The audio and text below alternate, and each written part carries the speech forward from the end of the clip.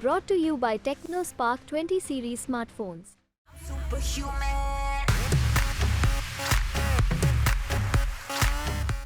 लोकसभा चुनाव अपने अंतिम पड़ाव तक पहुंच चुका है। 5 चरण में वोट डाले जा चुके हैं। 428 सीटों पर मतदान हो गया है। 5 चरण के संपन्न होने के बाद से लोगों के मन में एक ही सवाल है कि क्या फिर एक बार बीजेपी के नेतृत्व वाला एनडीए सरकार बनाने जा रहा है या विपक्ष में बैठा इंडिया ब्लॉक बीजेपी का जो रथ है उसको रोकने में कामयाब होगा। 5 चरण के बाद क्या है देश का माहौल और कौन सा दल दिख रहा है ज्यादा मजबूत, इसको जानने के लिए हमारे सहयोगी चैनल आज तक की सीनियर एंकर अंजना ओम कश्यप ने एक्सेस माई इंडिया के फाउंडर प्रदीप गुप्ता से बातचीत की। एक्सेस माई इंडिया के फाउंडर प्रदीप गुप्ता ने 5 चरण के मतदान खत्म होने के बाद बड़ा बयान दिया। उन्होंने कहा कि चुनाव काफी दिलचस्प हो गए हैं, आखिरी वोट पड़ने तक काफी मजा आने वाला है। इसके आगे वे बोले कि जनता तय कर रही है कि सरकार के दावों में दम है कि विपक्ष के वादों में दम है। जनता अपने इरादे प्रकट कर रही है अपनी चुनावी प्रक्रिया के माध्यम से। 5 चरण के चुनाव खत्म होने के बाद उनके इस बयान से कहा जा सकता है कि चुनाव एक तरफा नहीं होने जा रहा है, चुनाव पल पल में बदल रहा है। इसके अलावा चुनाव विश्लेषक संजय कुमार ने लोकसभा चुनाव को लेकर चौंकाने वाला बयान दिया है। चुनाव विश्लेषक संजय कुमार ने न्यूज 24 से बात करते हुए बीजेपी के 400 पार वाले नारे पर अपना रिएक्शन देते हुए कहा कि 5वें चरण के खत्म होने के बाद इस आंकड़े पर तो कोई चर्चा ही नहीं हो रही है। 400 सीटों और बीजेपी की 370 सीटों की चर्चा खत्म हो गई है।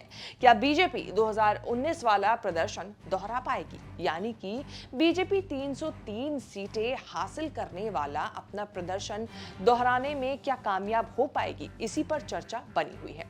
अब इस बात की चर्चा हो रही है कि क्या बीजेपी अपने दम पर बहुमत यानी 272 सीटें हासिल कर पाएगी या नहीं। अब यह अनुमान लगने लगा है कि बीजेपी अगर बहुत हासिल भी करती है तो बॉर्डर लाइन को ही छूने में कामयाब हो पाएगी। अगर बीजेपी स्लिप कर जाती है तो हो सकता है उनके हाथ से 5 से 7 सीटें झिटक भी जाएं। संजय कुमार ने कहा कि कर्नाटक में बीजेपी पिछले बार का प्रदर्शन नहीं दोहरा पाएगी, यानी कि 25 सीटें हासिल नहीं कर पाएगी।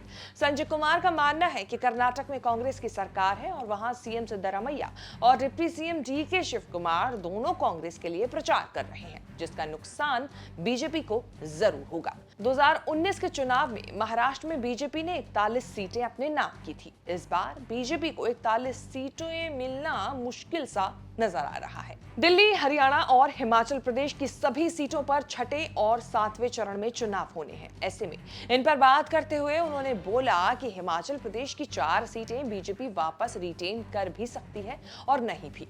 हरियाणा की बात करते हुए बोले कि वहां माहौल बदला बदला सा नजर आ रहा है, बीजेपी लूज करने की स्थिति में हो सकती है। बीजेपी 10 में से 5 से 6 सीटों पर ही जीत दर्ज करे। दिल्ली की 7 लोकसभा सीटों को लेकर संजय कुमार ने कहा कि बीजेपी हो सकता है कि 6 सीटें अपने नाम कर ले, क्योंकि यहां उनकी जीत का जो विक्ट्री मार्जिन है वो 50% से ज्यादा है। लेकिन अगर 4-5% स्विंग आप और कांग्रेस की ओर चला जाता है तो बीजेपी दिल्ली में 3 से 4 सीटें हारने की स्थिति में आ जाएगी। ये तो थी एक्सपर्ट्स की राय, लेकिन आपकी इस चुनाव की पूरी प्रक्रिया को लेकर क्या कुछ राय है, कमेंट करके बताएं। ये वीडियो आपको कैसी लगी ये भी बताना ना भूलें और हमें ये भी जानकारी दें कि आप 4 जून को आने वाले नतीजे को लेकर क्या सोचते हैं। क्या आपको लगता है कि देश में इस बार किसकी सरकार बनेगी? ये रिपोर्ट आपको कैसी लगी बताना ना भूलें। लोकसभा चुनाव से जुड़ी बाकी तमाम बड़ी खबरों के साथ अपडेट रहने के लिए आप देखते रहें न्यूज़ तक।